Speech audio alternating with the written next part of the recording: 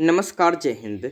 मैं अंकित मिश्र एक बार फिर से हार्दिक स्वागत करता हूं आपके अपने चैनल एग्जाम तक पर। दोस्तों, बायोलॉजी की मोस्ट इंपॉर्टेंट चौथी क्लास लेकर एक बार फिर से आप सबके समक्ष उपस्थित हूं और ये हमारी क्लास कोशिका की बात करते हैं। कोशिका चैप्टर की सेकंड पार्ट है। दोस्तों, प्रथम चैप्टर में हमने सेल के कुछ बेसिक चीज़ें जानी थी और हमने अंत किया था कि जीव द्रव्य के साथ। जीव द्रव्य क्या होता है, कोशिका द्रव्य क्या होता है, केंद्रक द्रव्य क्या होता है, इसको हमने पढ़ लिया था। आज के वीडियो में हम देखने वाले हैं कि किस प्रकार से आपके कोशिका सिद्धांत किसने दिया, किस प्रकार से दिया, रुडोल्फ विर्चो के बारे में थोड़ा पढ़ेंगे और पढ़ेंगे कि प्रोकैरियोटिक यूकैरियोटिक में क्या अंतर है और पादप कोशिका जंतु कोशिका में क्या अंतर है। तो इतनी चीज़ों पर आज डिस्कशन करने वाले हैं। वीडियो को कर लीजिएगा लाइक और चैनल को कर लीजिएगा सब्सक्राइब, क्योंकि यहाँ पर इसके इसी प्रकार से वीडियो मिलते रहते हैं। और दोस्तों, आप जान लीजिएगा इसकी पहली, दूसरी और तीसरी क्लास आपने नहीं देखी है तो जाकर देख लीजिएगा। इसी वीडियो की डिस्क्रिप्शन बॉक्स में आपको पूरी प्लेलिस्ट की लिंक दी गई है। तो चलिए दोस्तों, समय व्यर्थ न करते हुए वीडियो की शुरुआत करते हैं। तो यहाँ पर दोस्तों हम सीधे सीधे चलते हैं कोशिका सिद्धांत पर। किस पर चलते हैं, आपके कोशिका सिद्धांत पर चलते हैं। बहुत ही साधारण से बता रहा हूँ और सुनते चलेंगे तो और नोट्स बनाते चलेंगे तो सारी चीज़ें कंफर्म हो जाएगी। कोशिका सिद्धांत की बात करते हैं तो इंग्लिश में लिखेंगे सेल थ्योरी। इतनी बेसिक बातें तो आपको पता ही होंगी, उसके बाद भी मैं सारी चीज़ें आपकी कंफर्म करता चलता हूँ। दोस्तों, कोशिका सिद्धांत की बात करते हैं तो कोशिका सिद्धांत दिया था सन 1838-39 में। सन पूछा नहीं जाएगा, हटाइए, सिर्फ इतना जान लीजिए कि आप किसने दिया था। तो स्लाइडेन एवं स्वान ने दोस्तों आपके कोशिका सिद्धांत दिया था। ये क्वेश्चन परीक्षा में कई बार पूछ लिया गया है कि आपके कोशिका सिद्धांत किसने प्रस्तुत किया, तो कहेंगे कि स्लाइडेन एवं स्वान ने। बात करते हैं दोस्तों, इन्होंने कहा क्या, इन्होंने कहा कि कोशिका सिद्धांत में कि जो सभी जीव होते हैं, जो आपके सभी जीव होते हैं, ये कोशिकाओं से मिलकर बने होते हैं। क्या होते हैं, आपके कोशिकाओं से मिलकर बने होते हैं और कोशिकाएँ ही हमारे शरीर की आपके संरचनात्मक एवं कार्यात्मक इकाई हैं, जो हमने पीछे चर्चा की है। संरचनात्मक और आपकी कार्यात्मक इकाई है, जो हमने पीछे बात बताई वो अब सेल थ्योरी के मुताबिक ही बताई। और ये दोनों बातें किसने बताई थी, ये दोनों बातें आपके स्लाइडेन एवं स्वान ने प्रस्तुत की थी। हाँ दोस्तों, इन्होंने कोशिका सिद्धांत तो 1838-39 में दिया और ये बात सही भी बताई, बट एक बात जब इनसे पूछा गया तो उसको बताने में असफल हो गए कि जो नई कोशिकाओं का निर्माण होता है वो किस प्रकार से होता है। तो नई कोशिकाओं का निर्माण किस प्रकार से होता है उसको बताने में इनका जो था साइंस वो और फेल माना जाएगा। इसके लिए दोस्तों एक नए वैज्ञानिक आए जिन्होंने इस कोशिका सिद्धांत को आगे बढ़ाया और ये भी बताया कि नई कोशिकाओं का निर्माण किस प्रकार से होता है। इतनी बातें समझ में आ गई होंगी तो आगे बढ़ता हूँ दोस्तों कि सन 1855 ईस्वी में वैज्ञानिक का नाम बहुत ज़्यादा इंपॉर्टेंट है, रुडोल्फ विर्चो। क्या नाम है आपके, रुडोल्फ विर्चो। तो जो रुडोल्फ विर्चो साहब हैं, इन्होंने दोस्तों 1855 ईस्वी में बताया कि नई कोशिकाओं का निर्माण किस प्रकार से होता है और उन्होंने एक फार्मूला दिया, ओमनिस सेलुला। कभी कभी ये फार्मूला ही पूछ लेता है, बहुत कम पूछता है, लेकिन जान लीजिए कि ओमनिस सेलुला ई सेलुला। और दोस्तों इस फार्मूला का क्या अर्थ था मैं आपको बताता हूँ। इस फार्मूला का अर्थ था कि नई कोशिकाओं का निर्माण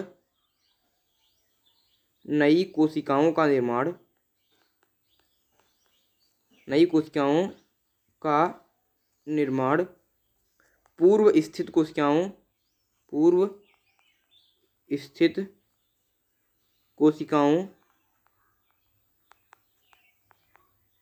के विभाजन से होता है, ये बात इन्होंने बताई। इन्होंने क्या बताया कि जो नई कोशिकाएं का निर्माण किस प्रकार से होता है, तो जो पूर्व स्थित कोशिकाएं हैं उनके विभाजन से ही नई कोशिकाओं का निर्माण होता है और यही फार्मूला दिया है उन्होंने ओमनिस सेलुला ई सेलुला का। तो इतनी बातें आपकी समझ में आ गई होंगी। अगर क्वेश्चन पूछ ले कि कोशिका विभाजन के बारे में किसने बताया कि नई कोशिकाओं का निर्माण पूर्व स्थित कोशिकाओं से विभाजन से होता है, तो कहेंगे कि रुडोल्फ विर्चो ने बताया। अगर क्वेश्चन पूछ ले कि सेल थ्योरी किसने प्रस्तुत की, तो 1838-39 में स्लाइडेन एवं स्वान ने। एक बात मैं आपको और बता देता हूँ, जो आपके नोट के रूप में आप नोट करके चलिएगा, परीक्षा में कई बार आपसे डायरेक्टली पूछ लेता है कि जो हमने आपको सेल थ्योरी बताई कि आपकी कोशिकाएं आपके जो आपके किसी भी बॉडी का निर्माण कैसे होता है, किसी भी जीव का निर्माण होता है आपके कोशिकाओं से, बट इसका एक अपवाद भी है। जीव का निर्माण कोशिका से होता है, ये बात इन्होंने कही सेल थ्योरी में, बट सेल थ्योरी का अपवाद कह सकते हैं कि आपके कोशिका सिद्धांत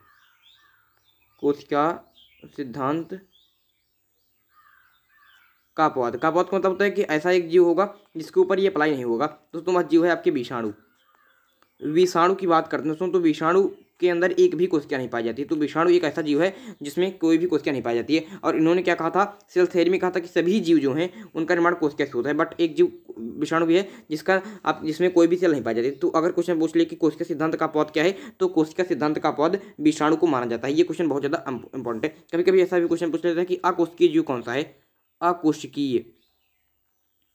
अकोशिकीय जीव कौन सा है, नॉन सेलुलर आपके ऑर्गेनिज्म कौन सा है, तो आपका विषाणु होता है। ये बात क्या है, बहुत ज़्यादा इंपॉर्टेंट है और इसको आप तैयार करके चलेंगे। तो सेल थ्योरी के बारे में बता दिया, रुडोल्फ विर्चो के कथन के बारे में मैंने आपको बता दिया। अब आगे बढ़ते हैं दोस्तों, हम बात करते हैं कोशिका दो प्रकार की होती हैं।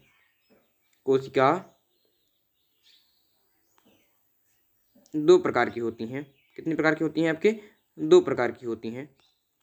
और दो प्रकार में एक होता है दोस्तों आपकी प्रोकैरियोटिक कोशिका, प्रोकैरियोटिक कोशिका, और दूसरी होती है आपके यूकैरियोटिक कोशिका। आपने नाम तो सुना होगा, आज मैं आपको डिफरेंस बताऊंगा। यूकैरियोटिक कोशिका,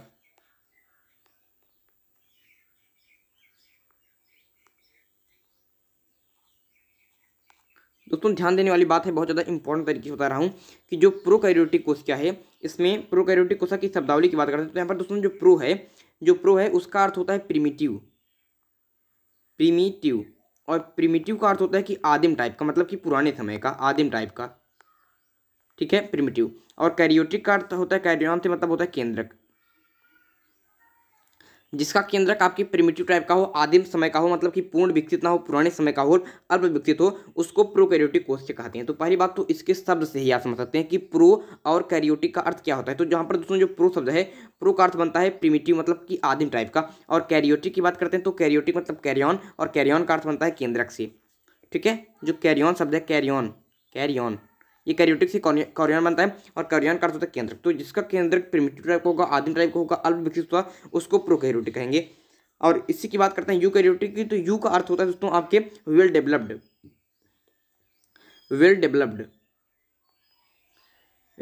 का अर्थ होता है सुविकसित, जिसका, और कैरियोटिक मतलब है केंद्रक, तो जिसका केंद्रक सुविकसित होता है उसको यूकैरियोटिक कोशिका कहते हैं। ये तो आपको समझने वाली बात हो गई। आपके एक लाइन में आप इस बात अगर कोई पूछे तो बता सकते हैं कि कैरियोटिक कोशिका यूकैरियोटिक कोशिका में क्या अंतर है। तो प्रो मतलब होता है प्रिमिटिव टाइप का, और कैरियोटिक मतलब कैरियन मतलब होता है केंद्रक, मतलब जिसका केंद्रक आपके प्रिमिटिव टाइप का होगा और अल्प विकसित होता होगा उसको प्रोकैरियोटिक कोशिका कहेंगे, और जिसका केंद्रक आपके वेल डेवलप्ड होगा, सुविकसित होगा, उसको यूकैरियोटिक कोशिका कहेंगे। इतनी बात समझ के अभी इनमें और डिफरेंस है जो परीक्षा में पूछ लिया जाता है, चलिए उसको धीरे धीरे करके हम समझ लेते हैं। इस तरफ दोस्तों हम कहते हैं प्रोकैरियोटिक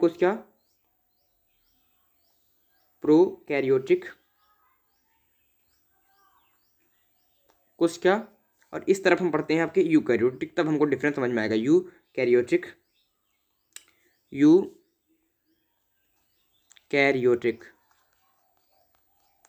इन दोनों के बीच में हमें डिफरेंस समझना है। बहुत ही ध्यान से समझेंगे तो सारी चीज़ें समझ में आएंगी। दोस्तों प्रोकैरियोटिक की बात करते हैं तो इसमें आपके हिस्टोन प्रोटीन नहीं पाया जाता है।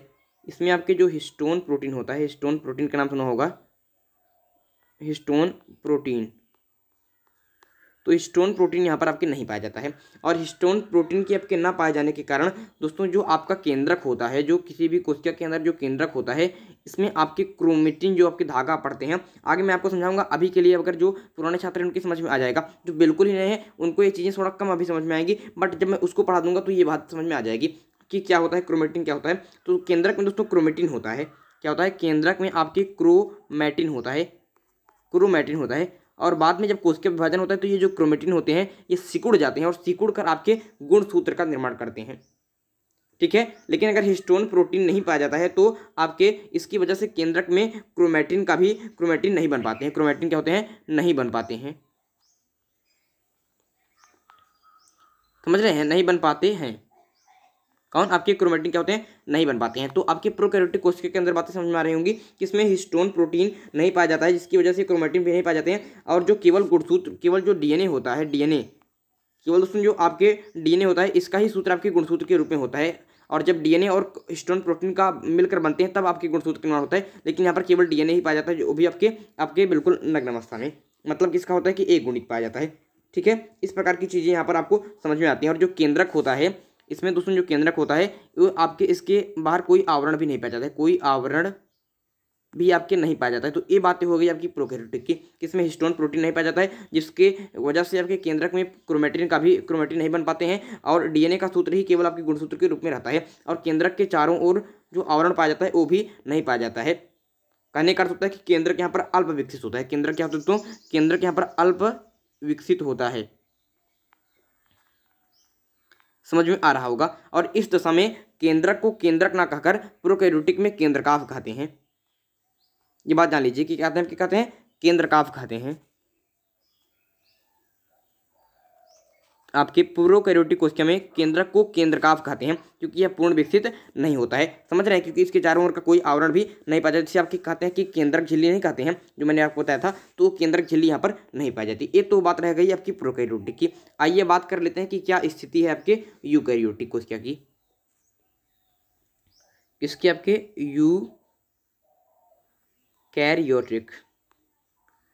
यूकैरियोटिक की बात करते हैं तो इसमें क्या चीज़ें हैं आपके लिए जानने योग्य, चलिए आपको यहाँ पर कंफर्म कराते हैं। यूकैरियोटिक कोशिका की यहाँ पर दोस्तों बात करते हैं तो यहाँ पर दोहरी झिल्ली युक्त आपके केंद्रक पाया जाता है। दोहरी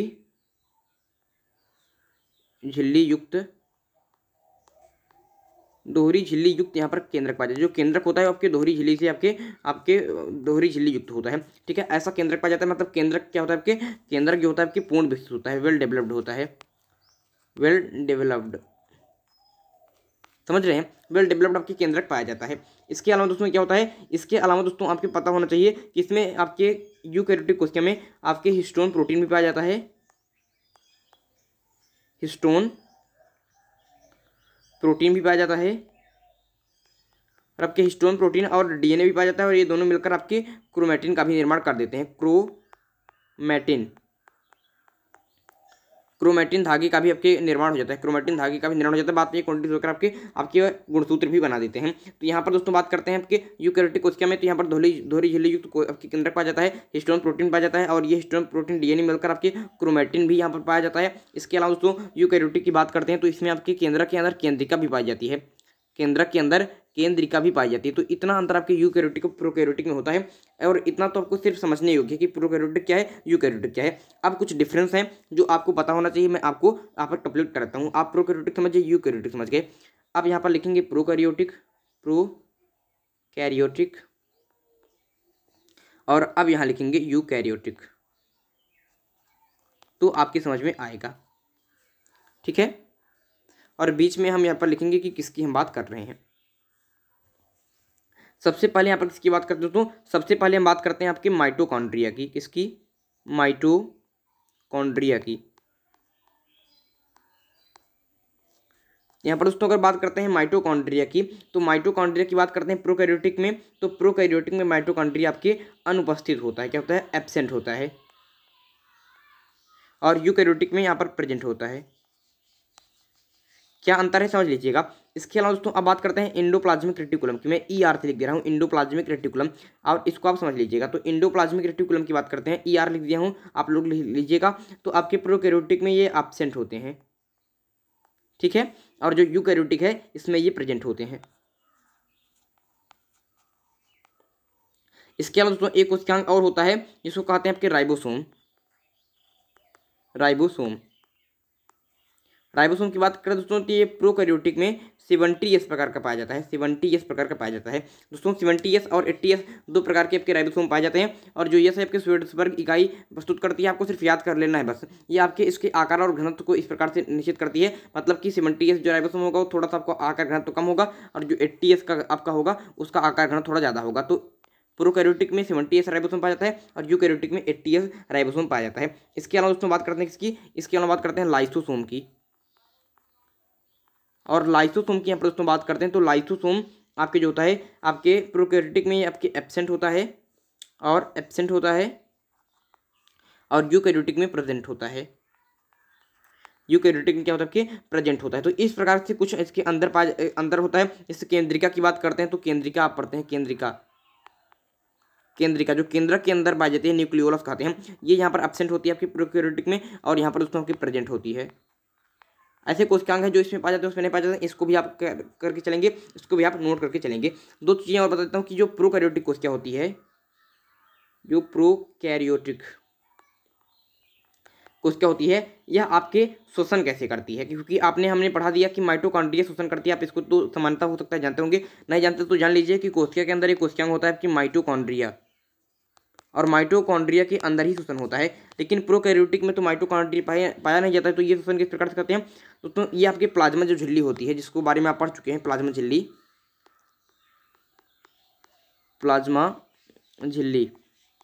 इसकी मदद से ये शोषण करते हैं। समझ गए हैं।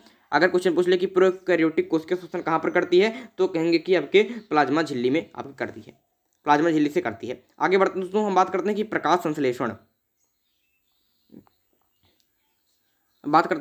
संश्लेषण, शायद मैंने आपको बताया नहीं, लेकिन आप जान लीजिए कि जो आपके प्रोकैरियोटिक होती है इसमें आपके क्या नहीं पाया जाता है, इसमें आपके लवक भी नहीं पाए जाते हैं। प्रोकैरियोटिक कोशिका में आपके लवक भी आपके नहीं पाए जाते हैं, और आप जानते हैं कि जो प्रकाश संश्लेषण की क्रिया होती है ये आपकी हरित लवक में ही होती है। जब यहाँ पर हरित लवक वगैरह लवक पाए नहीं जा रहे हैं तो आपकी प्रकाश संश्लेषण यहाँ पर कैसे होगा, मैं आपको बता देता हूँ, सुन लीजिए।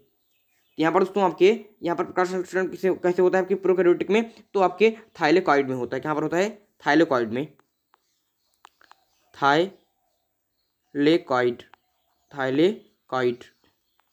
थाइलेकॉइड यहाँ पर एक संरचना होती है, थाइलेकॉइड में होता है।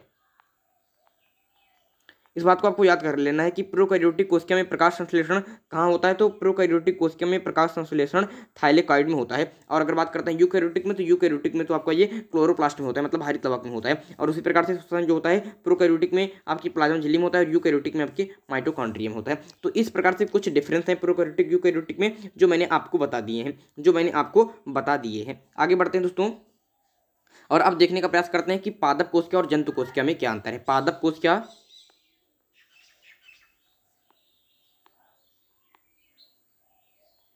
एवं जंतु कोशिका में अंतर, एवं जंतु कोशिका में डिफरेंस। तो डिफरेंस बिटवीन आपके प्लांट सेल एंड आपकी एनिमल सेल, ये आपको हमको पढ़ना है। तो दो चीज़ें आज हमने पढ़ी कि प्रोकैरियोटिक यूकैरियोटिक कोशिका क्या होती है, उसमें क्या डिफरेंस होते हैं। इससे पहले हम सेल थ्योरी वगैरह तो पढ़ ही चुके हैं। और अब बात करने की पादप कोशिका और जंतु कोशिका में क्या अंतर होता है। पादप कोशिका और जंतु कोशिका में क्या अंतर होता है, ये क्वेश्चन परीक्षा में कई बार आपसे पूछ लेते हैं और आप फंस कर रह जाते हैं। सबसे अंतर तो दोस्तों पहला ये होता है कि जो आपकी प्लांट सेल होती है, प्लांट सेल, यह आपके आयताकार होती है, आपने देखा होगा किस प्रकार से पाया जाता है, यह आपके इस प्रकार से कुछ होता है,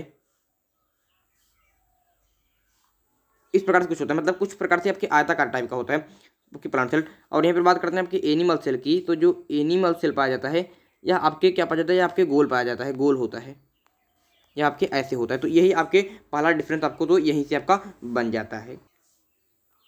इसके अलावा भी कुछ डिफरेंस हैं जो मैं आपको यहाँ पर बताऊंगा, पादप सेल एंड आपके एनिमल सेल। और इसमें आप अंदर समझने का कार्य करेंगे, बहुत ज़्यादा इंपॉर्टेंट है, इसलिए इसको आपको ध्यान से नोट करते चलेंगे। इसमें सबसे पहले बात करते हैं दोस्तों जो प्लांट सेल होती है, इसमें सबसे पहले किसकी बात करते हैं, ध्यान से थोड़ा सुनते हैं, बहुत ज़्यादा इंपॉर्टेंट है, थोड़ा सा आपको बता देता हूँ। इसमें सबसे पहले बात करते हैं दोस्तों के सेल वाल की।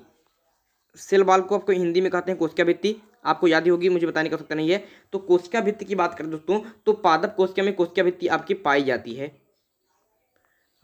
जाती है, और वहीं पर बात करते हैं एनिमल सेल में, तो आपके जो सेल वाल होती है आपकी एब्सेंट होती है। इसका आपके सबसे बाहरी आवरण प्लाज्मा झिल्ली होता है, और इसका सबसे बाहरी आवरण आपके सेल वाल होता है, क्योंकि इसमें सेल वाल पाई जाती है। आगे बात करते हैं दोस्तों नेक्स्ट कोशिकांग की, आपके लवक की। यहाँ पर दोस्तों अगर बात करते हैं लवक की, तो जो लवक होती है ये पादप कोशिका में आपकी क्या होता है, पादप कोशिका में तो ये आपकी प्रेजेंट होता है,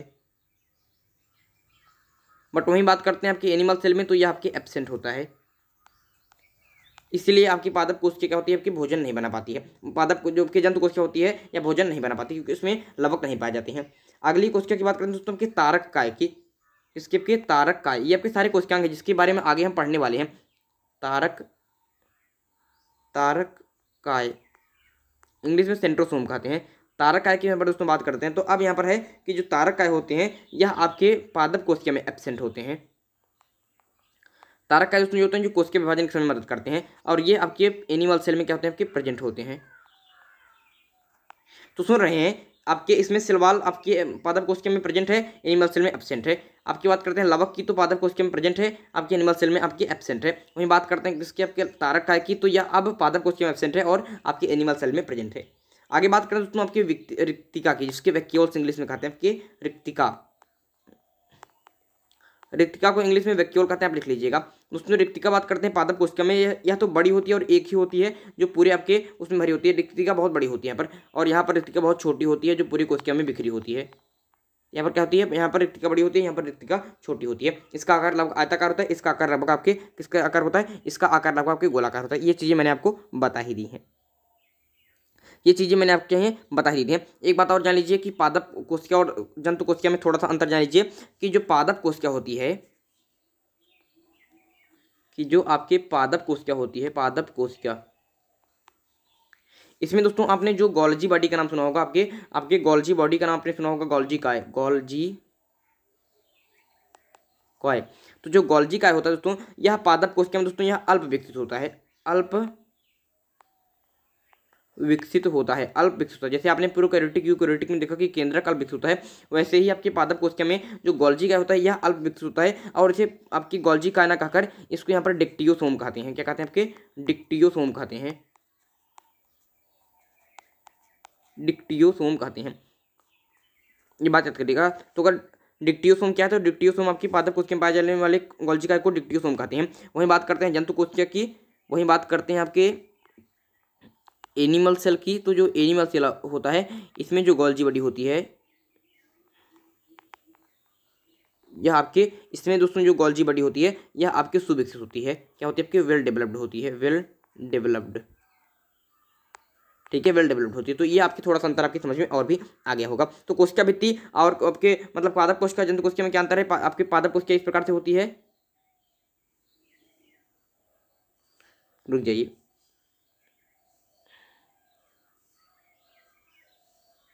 इस प्रकार से पादप कोशिका होती है आपके, ये आपका पूरा प्लाज्मा झिल्ली है। ये क्या है दोस्तों, आपका पूरा आपकी प्लाज्मा झिल्ली है, इसको आप समझ रहे हैं। ये क्या है दोस्तों, आपकी प्लाज्मा झिल्ली है। इसके अलावा दोस्तों इसके बाहर से आपकी क्या पाई जाती है, इसके बाहर से इसमें आपकी कोशिका भित्ति भी पाई जाती है, जिसे कहते हैं सेल वॉल। तो एक मोटी आवृत्ति की आपके सेल वॉल भी यहाँ पर पाई जाती है, जिसको आपने जानते ही होंगे।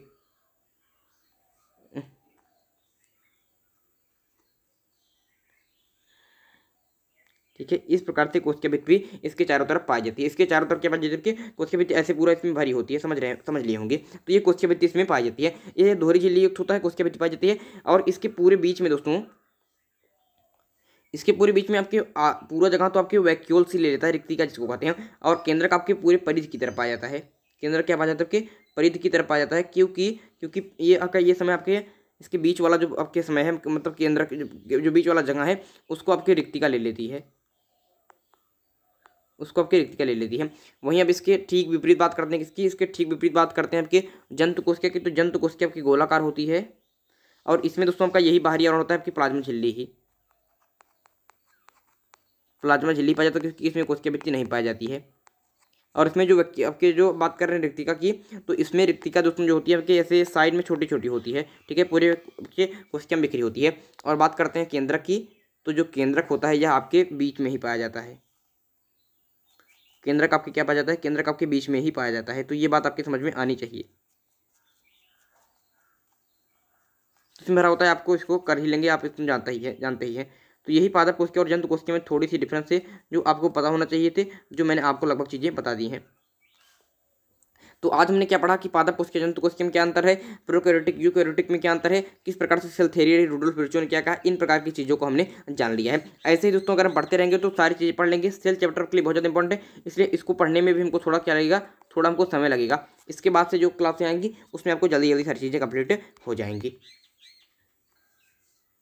यहाँ पर जो छात्र हमारे साथ दोस्तों CHS के हैं उनके लिए स्पेशल सूचना कि हमारे चैनल पर आपके रास्ते को बढ़ाने के लिए, आपके मतलब कि जो की गति को बढ़ाने के लिए एक प्रैक्टिस सेट के पेड बैच को लॉन्च कर दिया गया है, और इसकी फीस मान ली 299 रखी गई है। और यहाँ पर दोस्तों आपके मैथ के 100 क्वेश्चन, हिंदी के 100 रचनाएं, और इंग्लिश के आपके 100 वर्ड पावर, GK के आपके 300 इंपॉर्टेंट क्वेश्चन, साइंस के मोस्ट इंपॉर्टेंट 150 क्वेश्चन आपको मिल जाएंगे। और ये पूरे 750 क्वेश्चन की PDF वनली आपको 299 में मिल रही है। इसको जाकर आप तुरंत परचेज कर लीजिएगा। अगर आप परचेज करना चाहते हैं तो 9580482638 पर हमसे बात कर सकते हैं, इसलिए इसको तुरंत ही परचेज कर लीजिए, क्योंकि बहुत ज़्यादा इंपॉर्टेंट है। तो चलिए दोस्तों, यह इंपॉर्टेंट सा वीडियो यहीं पर समाप्त करते हैं। अगले वीडियो में एक इंपॉर्टेंट टॉपिक के साथ फिर होगी मुलाकात। तब तक के लिए मुझे दीजिए इजाजत। मैं हूं अंकित मिश्र और आप देख रहे हैं एग्जाम तक। धन्यवाद।